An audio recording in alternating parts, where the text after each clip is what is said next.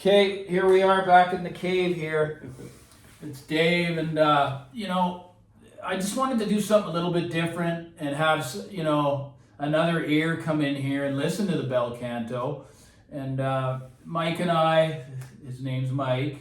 Say hi to everybody. There's Mike there. We met through the dreaded Canuck Audio Mart, right? Which can be a good place and it can't at times, but.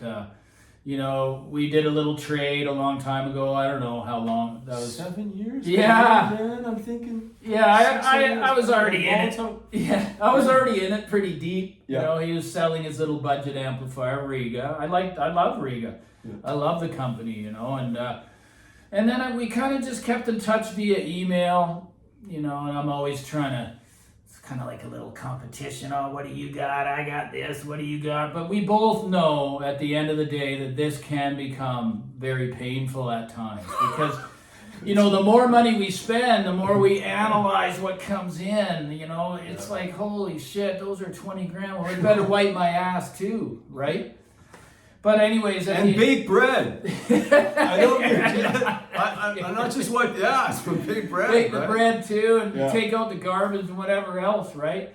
So I don't know. I wanted to have someone else come in, and there's been a lot of skeptics and a lot of people that want to know about the one box, the bel canto. How can it do all those things that 6 things left the room? How can it do all that? All of it. Phono stage, streamer, DAC. Those 3 are very big components in an Audiophiles chain. I don't care what anyone says.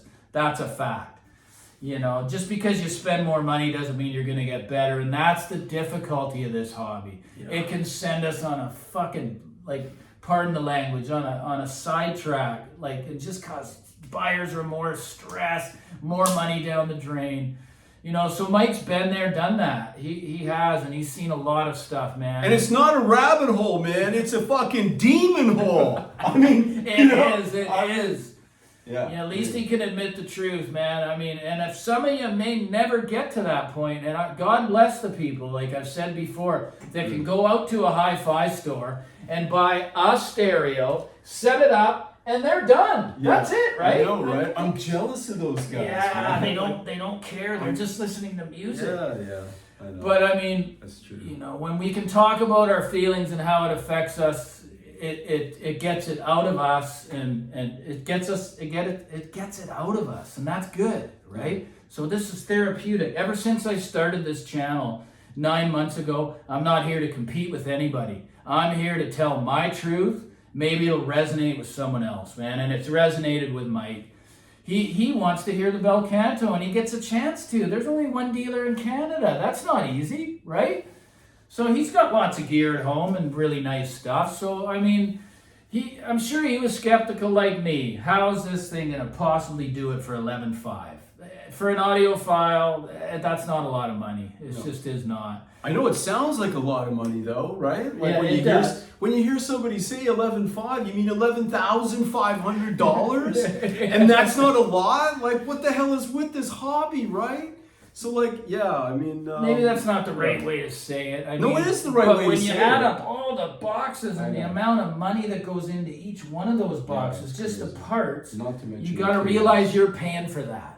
This thing. So I've already given my opinion on what I think about the little unit there behind me, the lightweight, all you guys with those big Krells and whatever you got to have, the Class A heaters, and that's cool. That's good. Whatever. But this technology exists. So what were your thoughts on your way driving here, thinking about the bel canto? What's brought the interest? Well, definitely I was interested because when I saw that you had kind of hey, I'm going to experiment with this. I'm going to see if it works, as well as the guys that are touting it. Is it really going to actually do what these guys are saying it's going to do? Right. And I knew that you wanted to get to a point where, hey, look, you know what? Maybe, just maybe, I can get rid of all this Maybe there's something stuff, that can right? do it. So anyway, when you did it, and then when you did that big, the big video where you were like, okay, I'm here to tell you that this actually works. And because I've known him for a long time, and because I've known that he's actually gone through the same sort of rigmarole that I've gone through, I know that like for him to come out in a video and say, I think I found the magic carpet, right?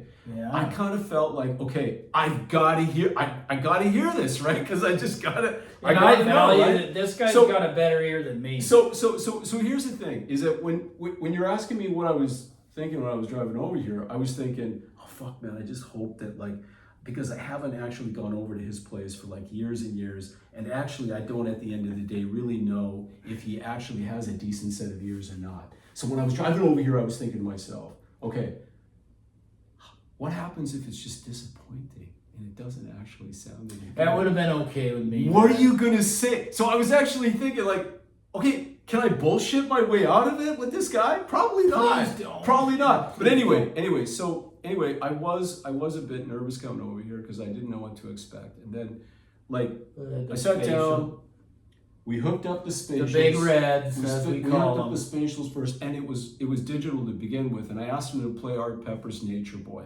So this is one of my favorite jazz tracks. I always use it when I'm evaluating gear. Now I'm gonna listen to it. I didn't even know it. Because basically, like this recording is one of the best recordings I've ever come across.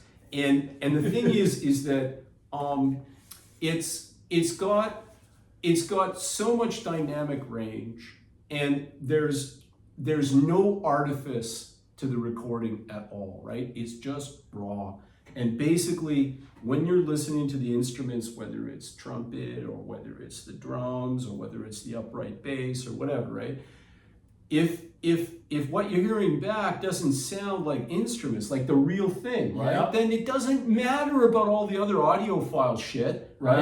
The If the timber's not there, if it's not there, then and these are two completely different speakers here. Like, let's face it, one's double the price, right? So that the spatials have been here for years. So the spatials, like, so we got them going first, and like right away, within like 10 seconds, right? I could tell that, okay, I know that this is something that I could listen to forever. There's no hard edges, there's no digital glare, there's nothing untoward about this, right? So very smooth, and all the dynamic range that should be there is there. We listened to it actually kind of quietly, like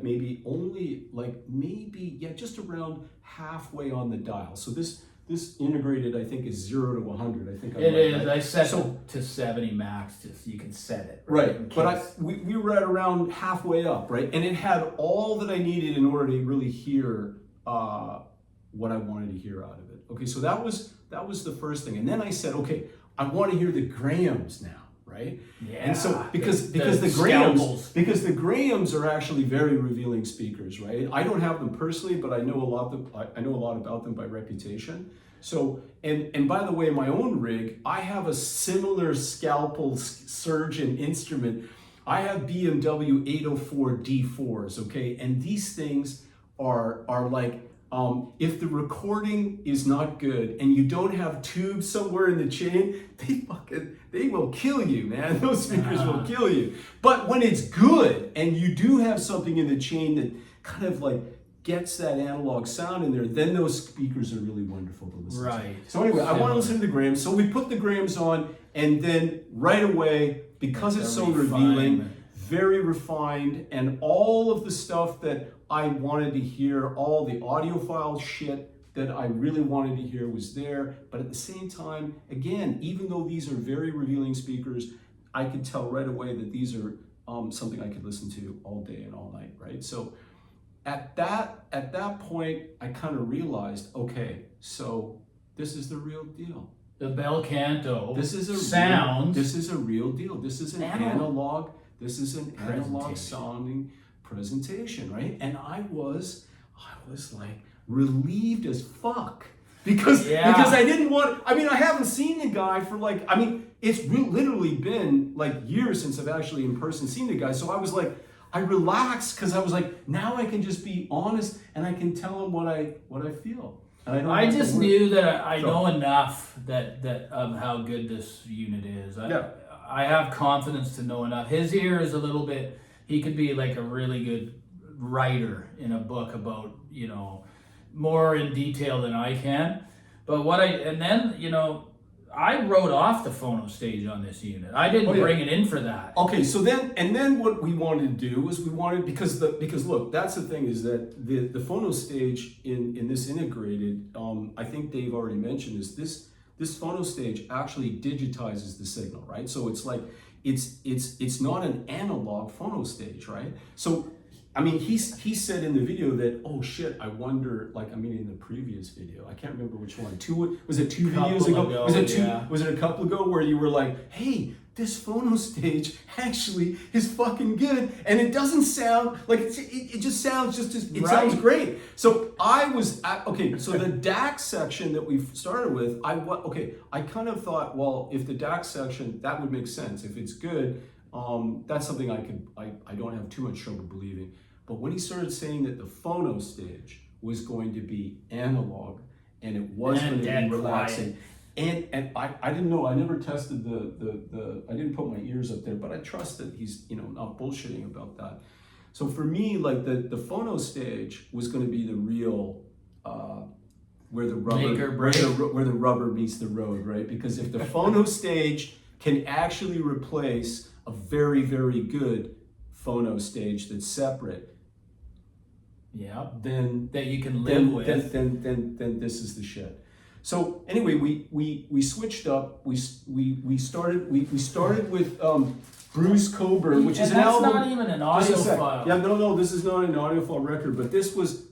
I mean, apparently you're saying this is one of the first albums he's ever done, right? Yeah, exactly. So I wanted to hear a vocalist, right? Because his recordings now are really really good. Dancing in the Dragon's Jaws. We all know that. So we spun this up, and again, like I was expecting to be disappointed, and boom, like right away you can tell that, oh my god, okay, time went into designing this phono stage, right? Yeah, like, I mean it must be. But the thing is about the way that it sounded, like one of the things that was the first thing was that the space in which the recording was made, you can hear that space, right? Like you can hear that space, and so what I'm saying is that all of the audiophile stuff is there, right? But the relaxation, you know, the sense analog of feel, the relaxation and the quiet, like the sort of that feeling that you get, you know, where you can just sit in the chair and you're not analyzing, and you're not analyzing, and you're not analyzing, right? You're not analyzing. You're just simply. Well, when you start analyzing, the whole box has got to go. Right. That's another. But what about this? That's the first thing, and then lots of people know this album, and I actually didn't. And so it's Michael Frank's The Art of Tea. So this is a kind of a high level recording, meaning that this is a quote unquote audiophile recording. Really? And again, right away, wow, okay, now there's another. The next level up, right? Because then you can tell, hey, can it do justice to something that's at this level? And the answer is yes.